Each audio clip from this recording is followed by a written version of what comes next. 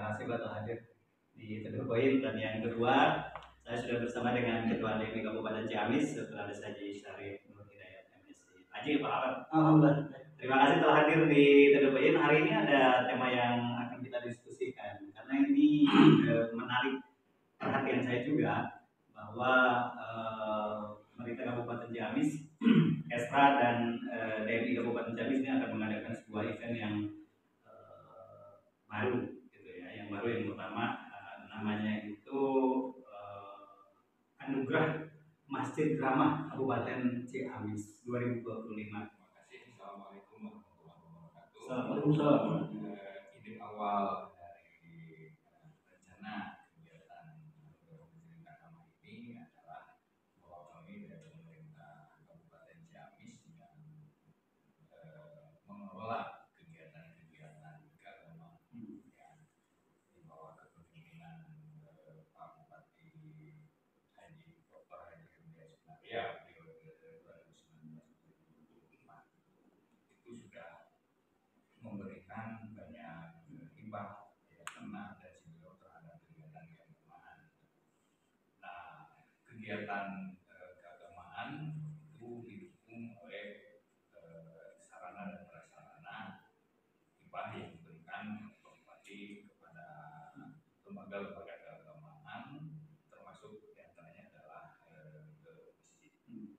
Selama kurang lebih kurun waktu 5 tahun periode pertama beliau telah memberikan bantuan hibah lebih dari 100 miliar.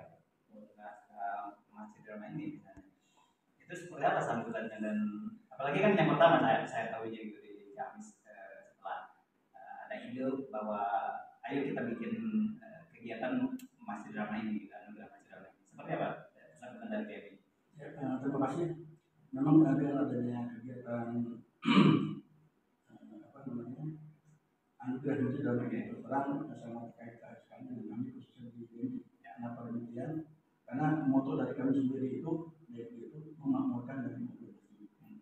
Sehingga ketika ada muncul wacana ini, maka bukan hanya kami Kesra, namun kami dalam ini adalah ada pemerintah daerah yang jelas. Di sini ada Basnasnya, ada MUI-nya, ada Kemendaknya, ada Masjid Agungnya, ada DPI. Jadi pas muncul acara wacana ini, jadi kami bersama-sama dengan yang tadi saya sebut itu menyatu satu visi. Kenapa hari ini kita laksanakan? Jadi tindak lanjutnya dari apa yang kita lakukan. Kemudian dari kami sendiri selaku dari DPI sangat jelas sekali memang dari visi kami bahwa dalam Al-Quran itu terdapat ada 2 ayat terkait dengan perintah. Yang pertama, perintah untuk membangun masjid yang ada dalam surat Al-Baqarah ayat 18, dan yang kedua mengaitkan ayat surat ayat 18. Berdasarkan hal itu, karena memang terserah dari ayat yang saya dalam surat Al-Baqarah jelas sekali bahwa yang artinya sesungguhnya pantas memiliki adalah hanya orang-orang yang beriman. Jadi yang bersuci itu bukan hanya ukur atau sekedar tugas dari PKN, tapi kita yang mengaku kita adalah beriman, wajib kita untuk melaksanakan bentuk kolaborasi yang akan dilaksanakan. Kalau misalnya kita bicara teknis nih, nanti barangkali siapa yang akan jawab, Pak Haji atau Pak Kabak terkait dengan teknis itu nanti akan seperti apa? Apakah akan menerima pendaftaran atau memang panitia telah mengkurasi sendiri gitu, misalnya memilih dulu beberapa ratus masjid yang akan diikutkan, atau misalnya nanti masjid-masjid yang ada di Ciamis sebenarnya bisa misalnya mengikuti. Kalau teknis itu seperti apa? Pertama mengikuti ini kami dari DPI dengan Kesra itu langsung minta ngomong dulu yang kita undang satu sisi yang cikal bakal dari peserta yang sekarang. Nah dalam berita tersebut itu materi dari MUI, dari BNI, dari Kesra, dari Menang, itu semuanya menunjukkan pada bagaimana cara kita membangun. Sehingga dari 100 masjid kita undang, mereka harus siap-siap untuk kita harusnya menangani. Ya, betul. Jadi kami untuk tahap awal ini baru mengikutsertakan baru 100 masjid. Jumlahnya 100 Dari 8.000 yang ada di Kabupaten Jambi. Ya, dan jadi karena ya keterbatasan SDM, keterbatasan yang lainnya, jadi kami 100 masjid ini terbagi ke dalam 3 kategori. Pertama, masjid Jami. Ya, masjid Jami ini kita ambil 2 masjid dari tiap kecamatan. Jadi ada 54 masjid Jami yang akan diselesaikan. Kemudian juga ada masjid besar tingkat kecamatan. Jadi tingkat kecamatan itu mewakilkan 1 masjid besar, 2 masjid. Kemudian ada masjid pelayanan. Maksud masjid pelayanan di sini adalah masjid-masjid yang posisinya atau letaknya strategis di pinggir jalan yang suka dilalui oleh para musafir. Betul. Musafir. Ya, di sana kita akan menilai sarana juga. Baik, ketika kami menggulirkan ini itu kami tidak tahu bahwa ada sebuah regulasi dengan pusat yang berkaitan dengan ketika kami voting sebagai salah satu referensi, kita menemukan ternyata ada surat edaran Dirjen Bimas Islam yang baru terbit di tahun 2024, yaitu pedoman tentang tata cara pelaksanaan masjid drama. Makanya kita langsung kolaborasikan aja itu sebagai salah satu referensi dasar hukum untuk melaksanakan penilaian masjid drama ini. Kenapa di situ ada masjid drama? Ya karena memang surat edaran Dirjen Bimas Islamnya ya seperti itu. Jadi nama itu ada nomor surat edaran itu nomor 463. Ya, Rama itu ada 5 Rama. Ya, yang pertama Rama anak dan perempuan, yang kedua Rama lansia dan difabel, yang ketiga Rama musafir dan fakir miskin, yang keempat Rama lingkungan, dan yang kelima adalah Rama keberagaman. Insya Allah besok kami akan mengajak Pak Bupati yang mengeluarkan surat edaran terhadap masjid drama, sehingga beliau PD tidak mengambil Pak Abad ya. Insya Allah besok kami menghadap beliau menandatangani komentar dari instrumen. Nah, komentarnya nanti sama oleh Pak Abad itu nanti ada dari DSU kan dari Yusuf di bawah sampai komentar TNI juga. Jadi kolaborasi antara TNI dan TNI dengan 3 kategori. Nah, kemudian dalam hal teknis penilaiannya itu dilukir kecamatan A menilai kecamatan B.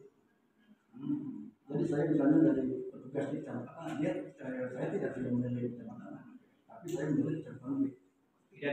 Tidak dibuat kepanitiaan yang dari misalnya kegiatan ini kemudian turun ke lapangan, atau tadi konsepnya ditukar penilaiannya antar kecamatan gitu ya. Ya, dari kita sudah punya acuannya, sehingga para juri itu yang akan sampai juri kita kumpulkan semua, kita kasih kontak mereka cara menilainya. Nah itu tugas pemerintah ke depan.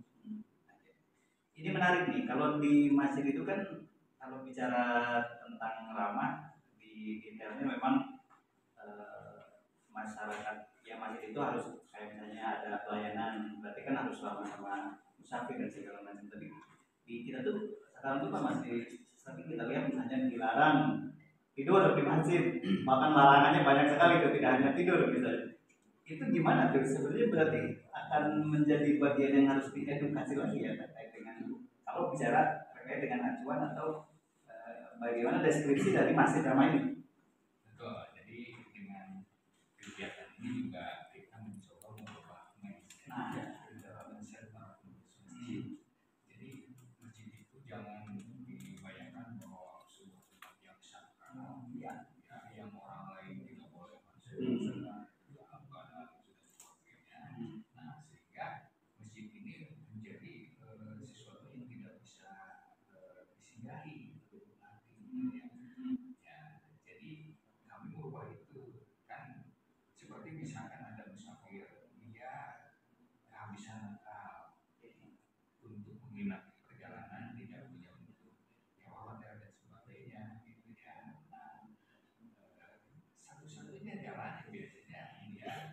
singgah di masjid. Nah, coba kita masjid ini ketika ada tamu, ada musafir itu kan harus dimuliakan gitu ya, seperti mangkana yu'minu billahi wal yawmil akhir falyukrim dhaifah. Jadi siapa yang percaya kepada iman dan hari akhir, dia harus memuliakan tamu. Termasuk juga para musafir itu adalah tamu dari masjid kita. Jadi kalau mereka lelah, ada sedikit untuk minum, ada tempat untuk dia rehat, Bahkan dibekelin gitu ya.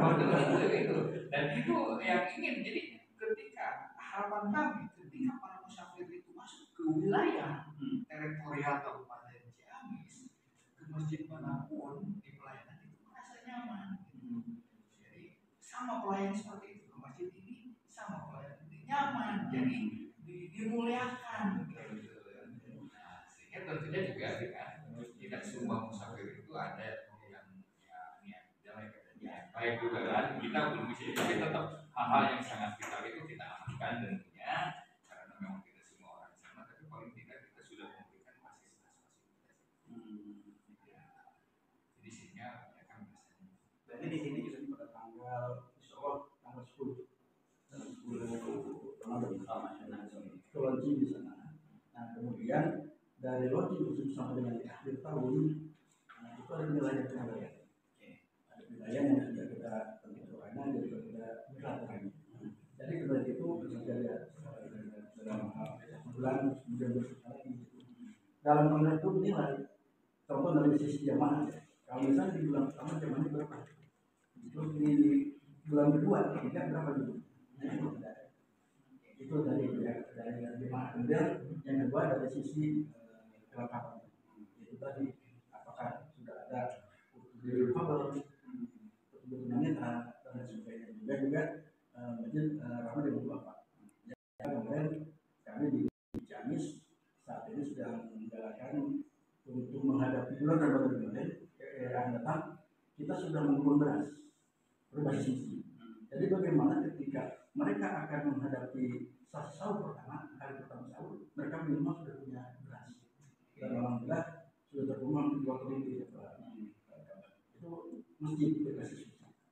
Jadi sebenarnya pertama kalau melihat kegiatannya ini juga tidak hanya bisa persiapannya, tidak juga hanya Kita datang ke sana dan kita diberi lagu kepada pengurus masjid.